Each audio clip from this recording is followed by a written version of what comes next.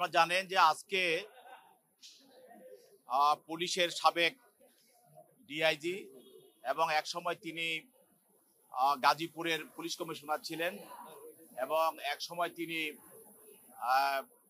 ডিবিতে সংযুক্ত ছিলেন এবং সেখানে দায়িত্বে ছিলেন সেই সাবেক ডিআইজি মোল্লা নজরুল ইসলাম তাকে আজকে গুলশান থানায় একটি হত্যা প্রচেষ্টা মামলায় তাকে আজকে পুলিশ গ্রেপ্তার করে।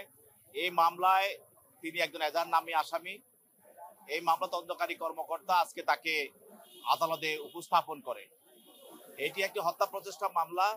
এই মামলার যিনি ভিকটিম ফাহিম হোসেন জোবায়ের, সে গুলশান কমার্স কলেজের এক ছাত্র। তাকে গত 22/7/24 তারিখে বৈষম্যবিরোধী ছাত্র আন্দোলনের সময় আপনারা জানেন যে গুলশান লিং রুটে তারা আন্দোলন করতেছিল। এই আন্দোলনের সময় সেখানে পুলিশ, ছাত্রলীগ, যুবলীগ মিলে তাদের উপরে আক্রমণ করে এবং তাকে গুলি চালায়। তাতে করে আজকে যে ভিকটিম সে গুলিবিদ্ধ হয়।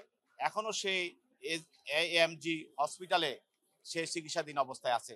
তার পিতাই মামলাটি করে। আজকে যে আসামি মোল্লা নজরুল ইসলাম, তিনি আপনারা জানেন যে পুলিশের যখন ডিআইজি ছিলেন ঘটনার সময় এবং বৈষম্য আন্দোলন সময় তিনি কিন্তু পুলিশের ডিআইজি ছিলেন।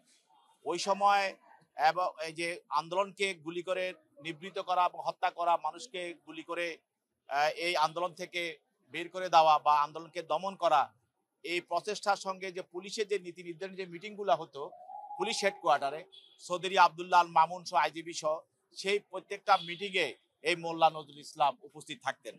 এবং এই হত্যাযজ্ঞ যে প্রায় 2000-এর উপরে যেই বৈষম্যবিরোধী ছাত্র আন্দোলনে ছাত্র জনতাকে গুলি করে হত্যা করা হয়েছে, প্রত্যেকটি হত্যার নীলনকশা এবং তাদের এই যে ষড়যন্ত্র এবং সাধারণ পুলিশকে দিয়ে গুলি করানো এবং মানুষকে পাখির মতো গুলি করে হত্যা করার যে প্রচেষ্টা, এগুলি সব কিছুর মধ্যেই এই মোল্লা নজরুল ইসলাম জড়িত।